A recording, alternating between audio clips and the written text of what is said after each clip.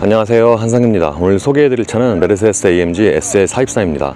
SL은 올해 2월에 63이 먼저 출시가 됐고요. 이번에 423이 출시가 되면서 선택의 폭이 좀 더 넓어졌습니다.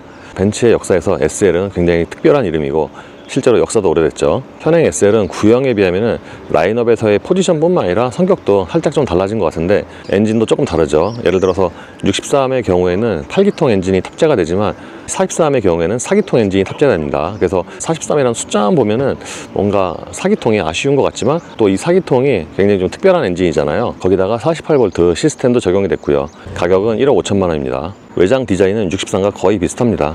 보통 라인업에서 출력이 높을수록 또는 가격이 높을수록 밖에 치장이 조금 더 들어가잖아요. 그래서 63에 비하면은 약간 좀 덜 과격한 것 같긴 한데 기본적인 디자인은 63과 동일해요. SL 처음 나왔을 때 말씀을 드린 것처럼 신형 SL은 웅크린 것 같은 실루엣이 나오고요. 실제로 저 범퍼 하단도 상당히 밑으로 내려와 있죠. 그리고 벤츠의 라인업에서 AMG 모델의 경우에는 그릴이 세로형이 들어가는데 이 차 역시도 세로형 그릴이 적용이 됐고요. 이것 때문에 일반 벤츠와 확연하게 차별화가 되는 것 같아요. 신형 SL은 눈매가 상당히 날카로운데 이 차가 앞쪽에서 보면 약간 좀 상어 같은 그런 이미지인데 이 헤드램프 때문에 좀 더 그런 느낌이 배가가 되는 것 같아요. SL 같은 차는 일반적인 차들에 비해서 비율이 좀 다른데 이 앞쪽의 보닛만 봐도 그러니까 전장 대비해서 굉장히 넓죠. 이 SL이 차체 사이즈가 아주 그렇게 큰 차는 아닌데 그거에 비해서 보닛은 굉장히 길쭉합니다. 그래서 이렇게 보닛을 열어보면 밖에서 보는 이미지대로 이 보닛이 통상적인 차들에 비해서 길고요. 그리고 요즘에 와서 보면 이렇게 엔진이 세로로 배치된 자체가 뭔가 스포티해 보이네요. 그리고 이 차는 진짜 AMG 모델이어서 이렇게 AMG 배치도 따로 붙습니다. 엔진 커버에. 비율이 다르다고 말씀을 드렸는데 옆에서 보면 그게 잘 느껴집니다. 보통의 차들은 운전석이 차 중앙에서 살짝 앞쪽에 있는데 비율을 중시하는 이렇게 좀 헤리티지가 오래된 차들은 운전석이 차체 중앙에 위치한 경우가 많고요. 오히려 이 차는 살짝 좀 더 뒤에 있는 것 같아요. 그래서 통상적인 차들에 비하면 보닛이 깁니다. 이 측면에는 터보 일렉트리파이드라고 레터링이 붙어 있는데 이거는 48V를 의미를 하고요. 이거는 뭔가 뚫려 있을 것 같은데 그냥 막혀 있습니다. 장식이에요. 이 차의 성격에 맞게 앞뒤의 오버행은 짧게 설정을 했고요. 뒤쪽에 트렁크 리드도 면적이 넓잖아요. 저건 아무래도 톱을 수납을 해야 되기 때문에 그런 것 같아요. 테일램프도 헤드램프와 비슷한 형상인데 이게 디테일이 꽤 좋네요. 요즘에 벤츠의 일반 승용차들 보면은 테일램프까지 벤츠 로고를 많이 박아 놓는데 SL 같은 경우는 이 테일램프의 디자인이 꽤 좋아요. 그리고 고성능 모델답게 머플러는 양쪽 모두 2개씩 뽑았고요. 요즘에 나오는 오픈바디의 소프트톱은 작동이 굉장히 빠른데 SL 역시 그렇습니다. 톱이 접고 펴지는 걸 보면은 절도가 있고 좀 품질감이 느껴지죠. 작동도 되게 빠르고요. 참고로 이 톱은 색상을 선택을 할 수가 있는 것 같아요. 지금 보시는 차의 톱은 색상이 빨강인데 검은색도 있어요. 그리고 벤츠가 가장 먼저 상용화했던 에어스카프 기능도 적용이 되어 있고요. 그러니까 이 헤드레스트 뒤에 보면은 이 바람개비가 한 쌍으로 있잖아요. 그러니까 이 앞쪽으로 히터가 나오는 거죠. 타이어는 피렐리의 P0, 사이즈는 앞이 275의 35ZR21, 뒤는 305 30ZR21입니다. 이 차의 출력에 맞게 앞뒤 타이어의 사이즈가 상당하고요. 그리고 보통 벤츠가 그렇듯이 앞뒤 타이어의 사이즈가 다릅니다. 앞뒤의 디스크 모두 타공이 되어 있고요. 신형 SL은 저번에 63을 먼저 시승을 했는데 기본적으로 423도 실내 디자인은 63과 동일합니다. 그러니까 보통 엔진에 따라서 또는 트림에 따라서 내장재에 조금 차이는 있는데 기본적인 디자인 동일하잖아요. 43 역시 그렇습니다. 보통 고성능 차들이 실내에 타면은 굉장히 좀 타이트한 또는 앉은 것만으로도 뭔가 좀 되게 스포티하잖아요. 이 SL도 딱 시트에 앉자마자 굉장히 좀 고성능 차 같고 또는 좀 빨리 달려야 될 것 같은 그런 분위기죠. 지금 보시는 시승차는 내장이 빨간색인데 통상적인 승용차라면 이 빨간색 내장이 좀 너무 좀 과하다 또는 부담스러울 수 있잖아요. 근데 SL 같은 차에는 이 빨간색도 좀 어울려 보여요. 그러니까 이게 전체가 빨간색은 아니고요. 보시다시피 상단은 검은색이고요. 송풍구 아래쪽과 시트는 전부 다 빨간색입니다. 그리고 전체적으로 내장재는 좋은 편인데 예를 들어서 이 대시보드 상단의 가죽도 푹신한 느낌은 좀 덜한데 고성차들에 주로 쓰이는 좀 팽팽한 가죽 있잖아요. 그게 전체적으로 균일하게 쓰였어요. 모니터의 사이즈도 63과 동일하고요. 요즘에 벤츠에 공통적으로 쓰이는 그런 그래픽 이게 똑같이 쓰입니다. 지금 보시는 게 홈 화면이고요. 그러니까 홈 화면은 기본적으로 이렇게 큰 아이콘들이 나타나고 여기서 이렇게 페이지를 넘겨서 주요 메뉴로 접근을 하는데 이제 이 차 같은 경우는 AMG라서 이렇게 AMG 메뉴로 들어가면은 지금이 차량이고요. 차량 같은 경우에는 여기 이렇게 바꾸면은 여기서 가속 페달과 제동력 또는 횡지도 실시간으로 표시가 되고 여기는 엔진의 출력을 이것도 실시간으로 보여주고요. IWC 아날로그 시계는 인지 없지만 이거를 디지털로 처리를 했네요. 그래서 IWC가 이렇게 디지털로 들어왔습니다. 그리고 연비 탭으로 들어가면은 이거는 트랙 컴퓨터 화면이고요. 이 IWC에서 이게 그러니까 스톱 스타트 기능이 있어요. 이렇게 시간을 잴 수가 있습니다. 설정으로 들어가면은 여기서 크게 5가지의 탭이 있는데 보조장치는 ADS고요. 요거는 차량. 다이내믹 셀렉트로 들어가면은 그러니까 여기서 주행 모드라든가 또는 변속기, 다이내믹스, 배기가스 그러니까 배기 사운드죠. 이것까지 저희가 설정을 할 수가 있어요. 라이트는 무드 조명이고요. 다른 벤츠처럼 이 하단에는 공조장치 메뉴가 항상 표시가 되고요. 그러니까 물리 버튼은 최소화를 했지만 이 아래쪽에 공조장치 아이콘이 항상 표시가 됩니다. 컴포트로 들어가면 여기서 마사지 시트도 있고, 사실 SL 같은 성격에 뭔가 마사지 시트는 좀 안 어울릴 것 같은데, 하지만 또 SL이 장거리를 편하게 좀 갈 수 있는 GT 같은 성격이잖아요. 그렇다 보니까 이게 또 어울리고 그렇습니다.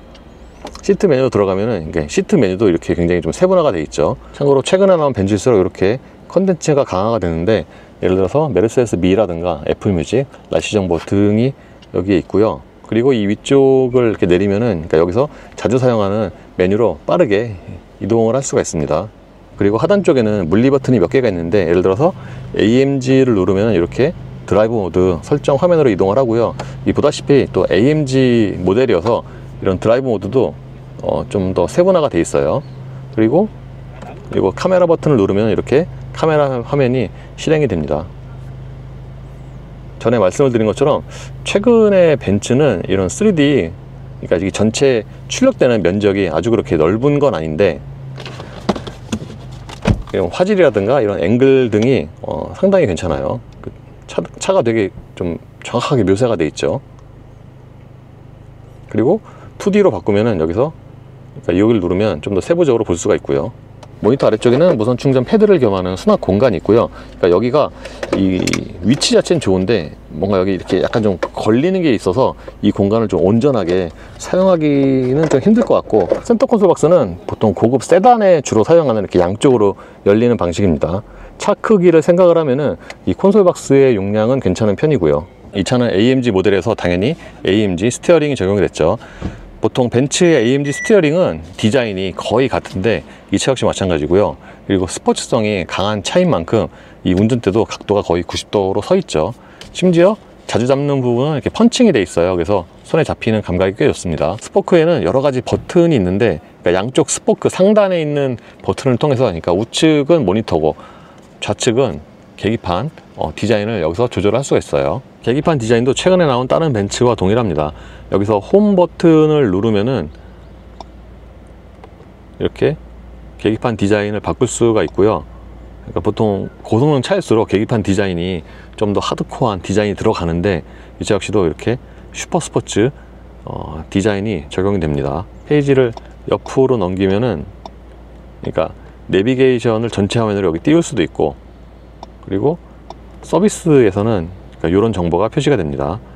그리고 상단으로 올라가면 여기서 헤드업 디스플레이도 레이스와 슈퍼 스포츠, 기본, 최소, 에코 표시장 이렇게 자기가 원하는 대로 바꿀 수가 있어요. 이 차가 아주 그렇게 큰 차는 아닌데 시트는 전체적으로 크기가 충분하고, 그리고 보통 이렇게 스포츠성이 강한 차들이 시트 가죽이 좀 얇게 적용이 되어 있는데, 이 차도 딱 앉으면은 시트 자체가 뭔가 좀 되게 약간 좀 얇다 이런 느낌이 있어요. 그럼에도 불구하고 착자감은 상당히 좋은 편이고요. 그러니까 좌우를 감싸주는 기능성이 좋으면서도 시트가 꽤 편합니다. 도어 트림에서는 스피커 커버가 포인트 중 하나인데, 그러니까 도어 트림에서 이 스피커 커버 디자인이 굉장히 좀 현란하죠. 유리는 당연히 4개 모드 원터치가 적용이 되어 있고요. 이 차도 통풍 시트가 적용이 되어 있고, 이 도어 포켓의 용량도 괜찮은 편입니다. 톱에 따라서 이 트렁크 공간이 달라지는데, 일단 보통 고가의 이런 사이즈의 로드스터 또는 4인승 컨버터블이 트렁크가 수동인 경우가 많거든요. 근데 SL은 전동이고요. 그리고 이렇게 톱을 수납을 했을 때는 이 트렁크 공간이 상당히 많이 줄어들긴 하죠. 근데 차 성격을 감안을 하면은 트렁크 용량은 괜찮은 편이고, 심지어 이 트렁크에도 이 측면에 이렇게 스피커가 있어요. 그리고 바닥에 커버를 들어 올리면은 여기에도 추가적으로 얕은 수납 공간이 있고요. 예, 이 차도 63만큼은 아니지만 AMG 모델이라서 이렇게 시동을 켜면은 배기음이 뻥 하고 터지죠. 근데 뭐 최근에 고성차들이 그렇듯이 이 배기음 자체가 아주 그렇게 큰 건 아닙니다. 이렇게 정차 시에는 지금은 시동을 켠 지 얼마 안 돼서 회전수가 예, 이제 1500에서 780으로 떨어졌는데, 그러게 이 차는 저 공회전 아이들 이 회전수가 좀 낮네요. 780이니까 날씨가 더워서 그럴 수도 있고요. 어쨌든 이렇게 공회전 상태에서도 기본적으로 좀 소리가 큽니다. AMG 모델에서 어쩔 수가 없죠. 그리고 진동도 당연히 일반적인 승용차보다는 적은데 SL 63보다는 적고 그렇습니다. 최고 출력은 421마력이고요. 그러니까 여기에 48V 시스템까지 적용됐으니까, 그러니까 4기통 엔진 중에서는 가장 사양이 좋은 엔진이 아닌가 싶습니다. 그래서 이 차가 차명이 SL43이잖아요. 그래서 63이 8기통이고 그러면 43이면은 뭔가 6기통 정도는 돼야 되지 않을까 라고 그런 막연하게 느낌이 있는데, 실제로는 4기통이에요. 그래서 숫자 대비 엔진이 작아서 좀 아쉬울 수가 있잖아요. 근데 또 이 엔진이 A45, CLA45 등등에 쓰이는 M139 유닛이어서, 사실 요즘에는 이제 전기차들이 많아져서 배기량 대비 고출력을 뽑아내서 그게 예전처럼 그렇게 막 인상이 깊거나 그러진 않는데, 벤츠의 이 4기통 엔진은 여전히 좀 경쟁력이 있는 것 같아요. 왜냐하면은 아직까지도 지금 이 엔진이 기본적으로 나온 지가 좀 됐잖아요. 그럼에도 불구하고 이와 좀 비슷한 그렇게 출력을 뽑아내는 4기통 터보 엔진이 없기 때문에 여전히 이 엔진은 좀 되게 유니크하지 않나 생각이 됩니다. 그래서 이 M139 4기통 2.0 터보 엔진은 A45나 CLA45에서 경험을 이미 해봤는데, SL에 적용되니까 이게 원래 같은 엔진이라고 해도 차종마다 느낌이 좀 다르잖아요. 그러니까 제가 전에도 말씀을 드렸다시피 이 4기통 터보 엔진은 A 클래스에 적용이 될 때 가장 좀 빛을 발하지 않나. 아무리 출력이 높아도 이게 배기량 대비해서 고출력을 뽑아내잖아요. 그렇다 보니까 확실히 이제 차체가 가벼울수록 좀 더 효과가 있는 것 같아요. 물론 이 차가 안 나가는 건 아니지만 A45라든가 그 차들에 비하면은 조금 덜 인상적이긴 하죠. 어쨌든 기본적으로 드라이브 모드는 컴포트인데, 이게 컴포트 모드로 해도 기본적으로 하체가 좀 단단합니다. SL63만큼 단단한 건 아닌 것 같지만 거의 그에 준할 정도로 하체가 좀 단단하고요. 근데 또 단단한 것 치고는 승차감이 되게 좋아요. 예를 들어서 보통 이 정도로 단단하면은 과속방지 타고 넘거나 그럴 때 충격이 좀 되게 좀 뾰족하게 들어온다거나 강하게 들어온다거나 그렇잖아요. 근데 이 차는 좀 이렇게 둔탁하게 들어옵니다. 뭐라 그러죠? 좀 이렇게 넓게 들어온다고 해야 되나? 그래서 이렇게 좀 단단한 차 치고는 승차감이 괜찮아서 사실 길게 운전하기에는 좀 힘들 수 있지만 뭐 데일리로 사용해도 될 만큼의 그런 승차감이고요. 물론 이거는 좀 취향에 맞아야 됩니다. 어쨌든 그래서 이렇게 컴포트 모드로 주행을 했을 경우에 이게 예를 들어 킥다운을 하잖아요. 그러면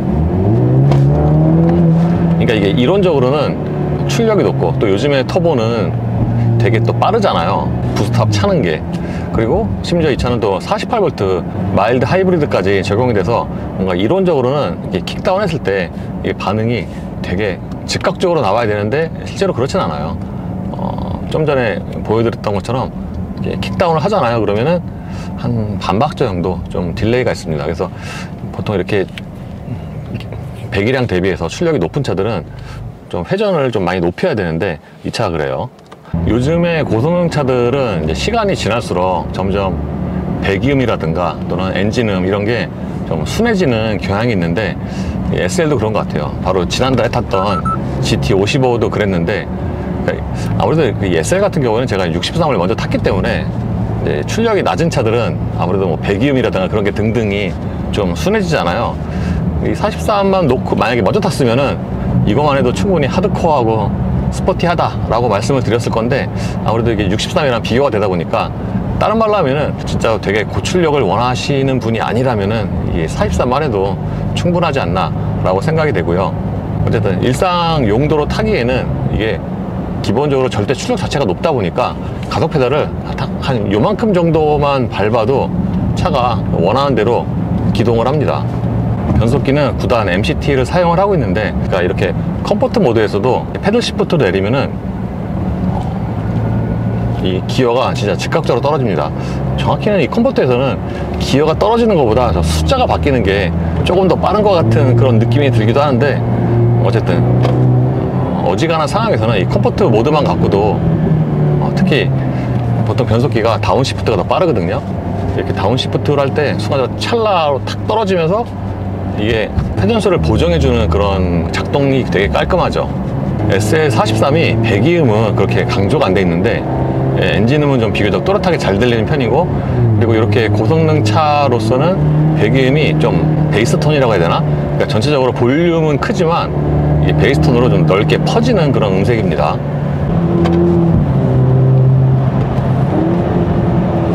기본적으로 이 차는 하체가 단단하기 때문에 드라이브 모드를 C에서 S 그리고 S 플러스로 바꾸면은 이게 이제 조금씩 단단해지긴 하는데, 그 차이가 아주 그렇게 두드러지는 건 아니에요. 근데 S 플러스로 바꾸면은 하체가 더 단단해지고 결정적으로 이게 배금이 좀 더 커지죠. 소위 말하는 그 팝콘 터진 소리 있잖아요. 예를 들어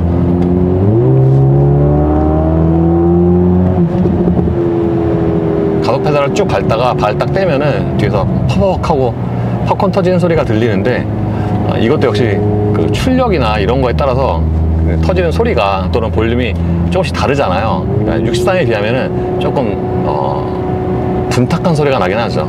선명한 소리가 아니라. 그리고 이 차를 옆에서 보면은 흔히 얘기하는 롱로즈 쇼테크의 비율인데, 그러니까 보통의 일반적인 사도 세단 같은 경우에는 운전석이 대략 중간에서 좀 더 앞쪽에 있는데, 이 차는 그 중간에서 약간 뒤쪽에 있는, 그러니까 실제로 이 차가 뒷바퀴 굴림이기도 하지만 측면 비율에서 보면은 무게가 뒤에 실린 것 같은 그런 비율이어서 이것 때문에 운전하는 그 감각이나 자세가 다릅니다. 통상적인 승용차 같으면은 이렇게 이 정도로 보닛이 잘 보이거나 또는 길지 않잖아요. 근데 이 차는 차 전장에 비해서 보닛이 길고, 그래서 이렇게 운전을 하면은 실제보다 앞에가 좀 더 크게 돌아가기 때문에 실제 이 차의 사이즈 대비해서 좀 더 큰 차를 운전하고 있는 것 같은 그런 느낌이 들어요. 그래서 일반적인 회전할 때 또는 회두성을 보면은 이게 약간 좀 적응할 필요가 있는 게,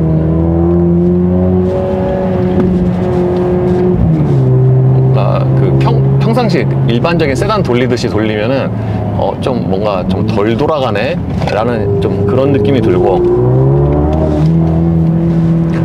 그리고 타이어, 그러니까 이 차가 기본적으로 서스펜션도 좋은데 타이어도 피렐리 피제로 21인치가 적용이 돼서 이게 웬만해서는 타이어 소리가 잘 안 납니다. 심지어 지금 여름이라서 타이어 그립이 가장 좋을 때인데 아주 그냥 쫀득쫀득하게 달라붙죠. 그리고 보통 SL 같은 차들이 일반적인 승용차와 차 만들기 또는 지향점이 다르잖아요. 그렇다 보니까 전체적으로 소리는 커요. 기본적으로 엔진 쪽에서 들어오는 그런 소리도 많이 들어오지만 타이어 소음도 그렇게 작은 편은 아니고, 심지어 이거 외에도 뭔가 추가적으로 소리가 있어요. 그러니까 요즘에는 이 전동식 탑이 옛날에 비해서 점점 그 밀폐성이 좋아지잖아요. 그러니까 그럼에도 불구하고 일반적인 그런 승용차에 비하면은 뭔가 천장 쪽에서 부딪히는 그런 바람 소리가 살짝 좀 더 있긴 합니다.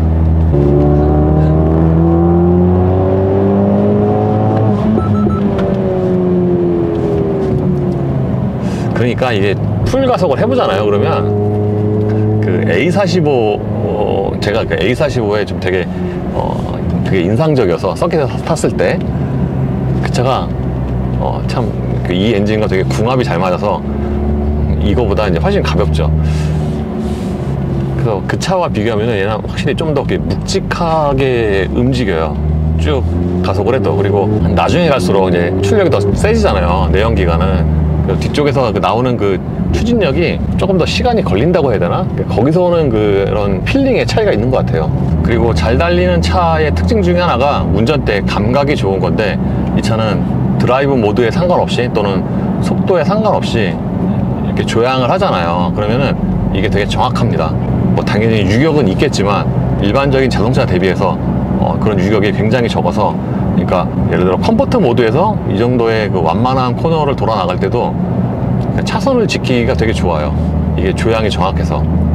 이게 좀 중심 부분에 유격이 많거나 그런 차들은 뭔가 조향할 때 조금 더 보타를 더 해준다거나 또는 딱 차선의 중앙을 지키면서 가기가 약간 좀 힘들 때가 있는데, 이 차는 그런 면이 뭔가 되게 좀 깔끔한 것 같아요, 조향이. 그리고 오픈탑 모델의 경우에는 톱을 벗기고, 적어도 이제 외국에서는 주행을 하는 경우가 많은데, 이 차는 아까 위에 그 디플렉터 그거 없는 상태에서 주행을 했는데, 확실히 그럴 때는 실내로 들어오는 바람이 좀 많이 들어오긴 하죠. 근데 그거 없는 상태에서도 생각보다, 예를 들어서 뭐 마세라티 그랑카브리오 이 차보다 오히려 바람이 좀 덜 들이치더라고요. 단점 중에 하나는 이 차의 성격을 감안을 하면은 스포츠 플러스 모드에서 이렇게 변속을 하잖아요, 수동으로. 그러면은 이게 스포츠 플러스니까 좀 더 이게 오래 유지가 되면 좋을 것 같은데, 이 상태에서 좀 운전하면은 지금 바로 이렇게 D 모드로 전환이 되거든요. 그래서 M 모드로 계속 사용을 하고 싶다 그러면은 이제 M 모드로 이제 안전히 전환을 한 다음에 이용을 해야 되죠. 그리고 이번에 제주도에서 시승하면서 느낀 단점 중에 하나가, 사실 이렇게 고출력 차들이 뭐 이런 경우가 많긴 한데 이게 단열이 잘 안 되는 것 같아요. 레인지로버 P550이도 그게 단열이 잘 안 돼서, 예를 들어서 요즘처럼 더운 날에 주행을 하다가 시동을 끄고 조금 있다가 다시 차에 타잖아요. 그러면은 실내가 막 되게 더웠거든요. 그게 아마 엔진열이 실내로 다 들어와서 그런 것 같은데, 이 차도 그렇습니다. 이 차도 아까 주행을 하다가 이제 경유지에 도착을 해서 시동 끄고 좀 있다가 다시 들어오니까 그냥 실내가 되게 덥더라고요. 그래서 사실은 아직까지는 진짜 굉장히 한여름이 아니기 때문에, 보통 일반적인 차들은 에어컨 한 22도 뭐 이 정도 맞추고 타잖아요. 근데 이 차는 지금 가장 낮춰야 된다, 로우로. 그래도 뭔가 더워요, 이 발 이쪽이. 그래서 대략 뭐 이해는 하는데, 차의 성격상 이렇게 완전히 단열이 잘 안 되는, 그러니까 이게 위에서 들어오는 건 아닌 것 같고요, 이게 엔진 쪽에서 들어오는 열 같습니다. 당연한 얘기지만 이렇게 잘 달리는 차는 브레이크도 중요하잖아요.